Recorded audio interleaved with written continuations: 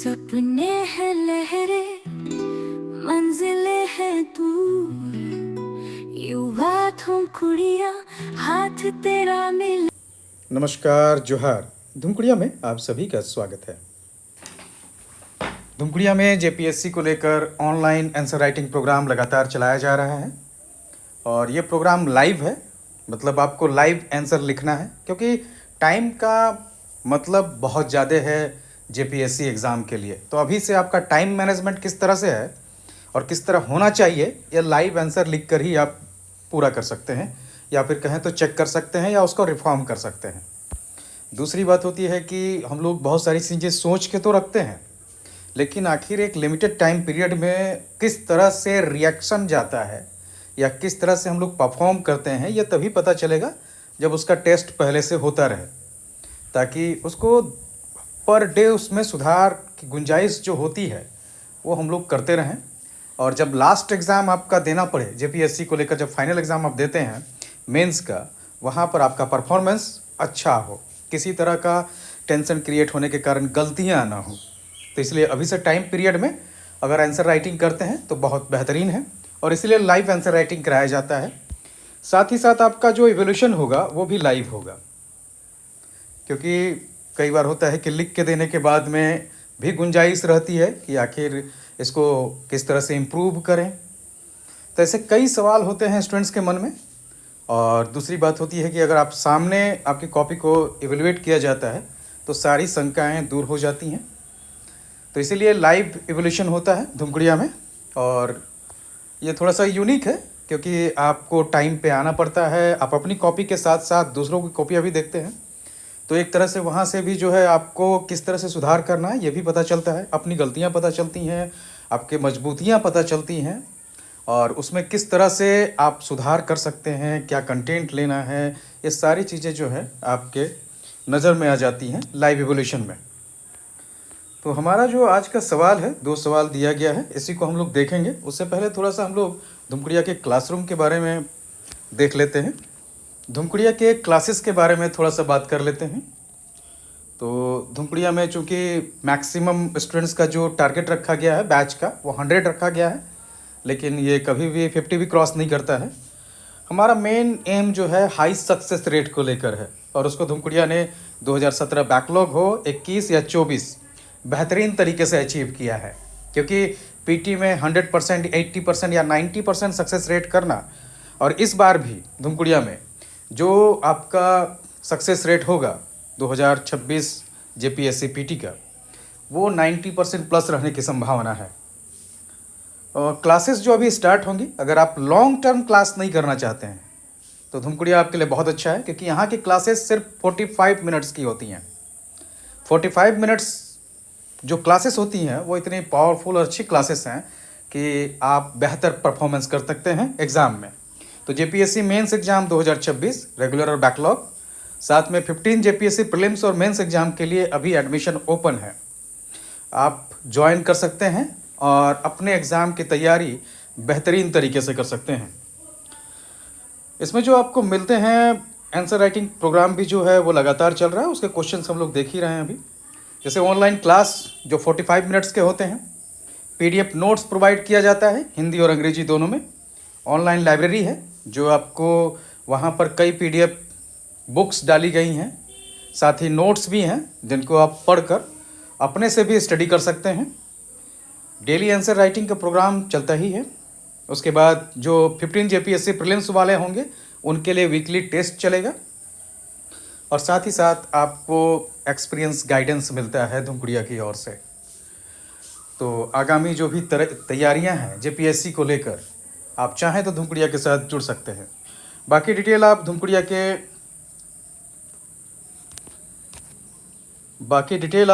के वेबसाइट से ले सकते हैं। आपका ये जो वेबसाइट है www.dhumkudiya.com, वहाँ से आप सारा डिटेल ले सकते हैं। चाहे तो आप वहाँ रजिस्ट्रेशन भी कर सकते हैं। आइए अब क्वेश्चन पर आते हैं। तो 2 सवाल जो आज दिए गए थे, 2 सवाल, जैसे पहला सवाल है कि evaluate gross value added GBA at basic price and gross domestic product at market price. दोनों को इवेलुएट करना है, दोनों के बारे में बताना है, प्रॉज कॉन्स दोनों आपको बताने हैं, डेफिनेशंस देने हैं, उसके फीचर्स बताने हैं। उसके बाद दूसरा है उसी में कि why did India shift its primary growth indicator to GVA at basic price and how does this aid in policy making. क्यों जो है अभी प्राइमरी ग्रोथ इंडिकेटर को लेकर जीवीए एट बेसिक प्राइस को यूज किया जा रहा है और वो पॉलिसी मेकिंग में किस तरह से हेल्प कर रहा है ये बताना है। साथ ही साथ आपको शॉर्ट में बताने हैं, आउटलाइन करना है recent efforts to reform national income estimation. हाल में जो सुधार किए गए हैं एनआई को लेकर, नेशनल इनकम एस्टिमेशन को लेकर, तो उसके बारे में बताने हैं आपको। तो ये सवाल है, इसका आपको एक ड्राफ्ट तैयार कर लेना है। आपको डेली 2 क्वेश्चन दिए जाते हैं आंसर राइटिंग में, एक टारगेटेड क्वेश्चन होता है, एक प्रीवियस ईयर्स क्वेश्चन होता है। प्रीवियस ईयर्स आपको आंसर के साथ मिलता है, उसके आंसर भी देखेंगे हम लोग। तो जैसे इसमें आप एक इंट्रो तैयार कीजिएगा, उसके बाद आप जीवीए एंड जीडीपी, आप उस जीवीए के बारे में बताइए, जीडीपी के बारे में बताइए, इसका डेफिनेशन दीजिए, इसके फीचर्स बताइए, इसके प्रॉज एंड कॉन्स बताइए। सेम जीडीपी का भी आप टेबल से इसका एक कंपेयर कर सकते हैं। उसके बाद में सेकंड वाला ई पे आ जाइए कि जो है इंडिया क्यों जो है जीवीए की ओर शिफ्ट हुआ है बेसिक प्राइस पर, तो वो कारण बताने हैं आपको। उसके बाद जो है जो नेशनल इनकम एस्टिमेशन को लेकर जो रिफॉर्म्स हुए हैं वो बताना है और लास्ट में एक कंक्लूजन देना है। सीधे टू द पॉइंट रहना है। इसके साथ ही आप इसमें ग्राफ, चार्ट ये सब यूज कर सकते हैं, जहाँ जैसा ज़रूरत होगा उसके हिसाब से टेबल्स यूज कर सकते हैं। मतलब जिस तरह से भी आपको लगता है कि आपकी क्रिएटिविटी किस स्तर पे है वो उसी से पता चलेगा। आपके नॉलेज कंटेंट अच्छा होगा, आपका नॉलेज अच्छा होगा, कॉन्सेप्ट क्लियर रहेगा, तो आप उतना ही ज़्यादा बेहतरीन तरीके से प्रेजेंट भी कर पाइएगा। इसमें बीच बीच में आप जो है इकोनॉमिस्ट के कोट या समितियां जो बनी हैं उसमें रिकमेंडेशन किस तरह से इसको लेकर है तो वो भी शामिल कर सकते हैं अपने आंसर के सपोर्ट में। दूसरा सवाल हमारा जो है वो झारखंड में कृषि को लेकर है कि झारखंड में कृषि के खराब कार्य प्रदर्शन के कारणों की समीक्षा कीजिए, कृषि उत्पादन एवं उत्पादकता की उच्च वृद्धि दर प्राप्त करने के लिए सुझाव दें। मतलब examine the reason for the poor performance of agriculture in Jharkhand, suggest measures to achieve high growth rates in agriculture production and productivity. तो हमको यहाँ पर देखिए 2 चीज़ें हैं, हम लोग इंग्लिश वाले को ही देख लेते हैं एक बार।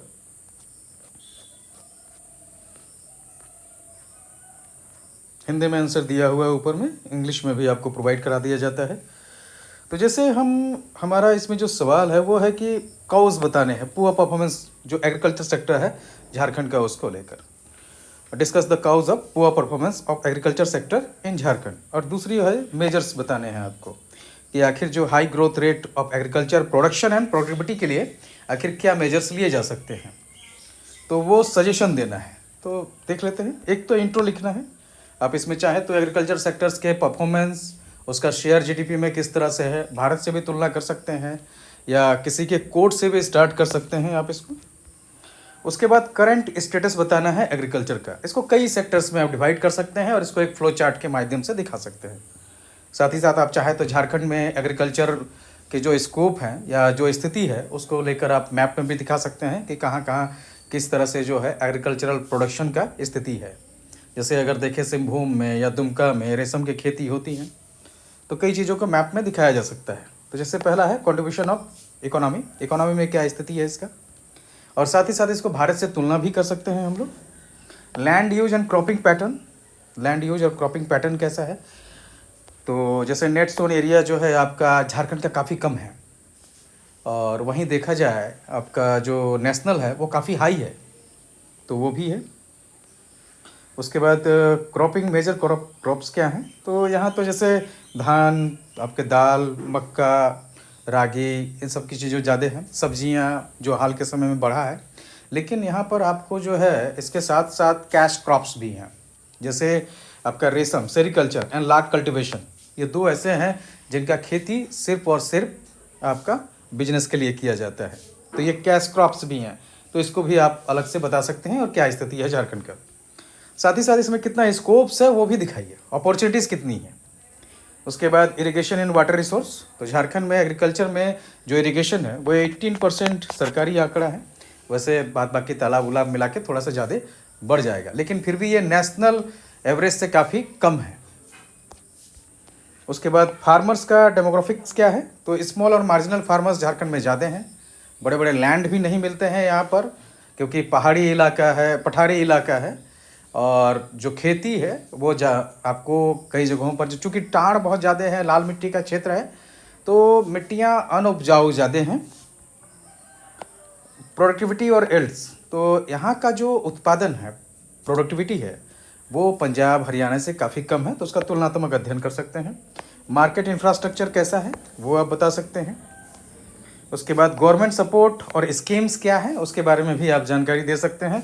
अगर किसी स्टेट्स में कुछ बेहतर प्रोग्राम्स हैं तो उसके साथ तुलना भी किया जा सकता है। अचीवमेंट्स क्या है झारखंड एग्रीकल्चर को लेकर, तो वो भी बताने हैं आपको। तो जब आप स्टेटस बता देते हैं कि झारखंड का क्या स्थिति है, वैसे इसको थोड़ा छोटा रखने की ज़रूरत है, और चाहे तो आप इसमें डाटा में कुछ और नया रिफॉर्म्स कर सकते हैं।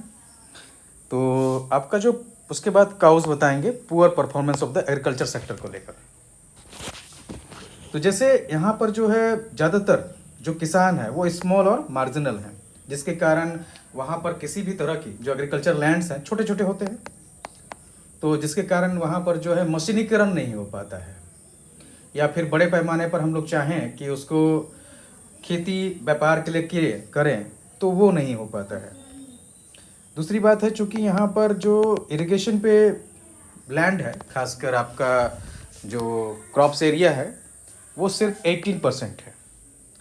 जितना टोटल ग्रॉस क्रॉप एरिया है उसका 18% ही आपका जो है इरिगेटेड एरिया में आता है। तो उस हालत में क्या है कि उसके कारण जो है सिंचाई का जो ज़रूरत है वो ज़्यादा है। एक और दिक्कत इसमें है कि मानसून पर इसीलिए बहुत ज़्यादा डिपेंड रहना पड़ता है।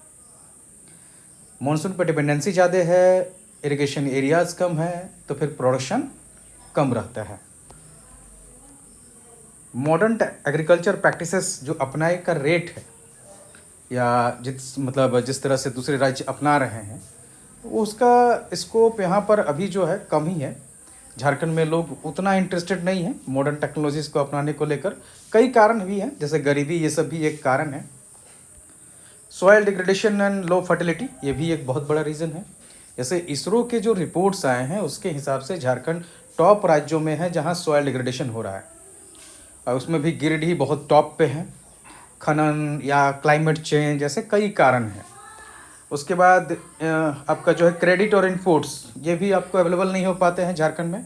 इसमें एक बड़ा कारण जो है वो CNT SPT भी है, जिसके कारण ऋण नहीं मिल पाते हैं।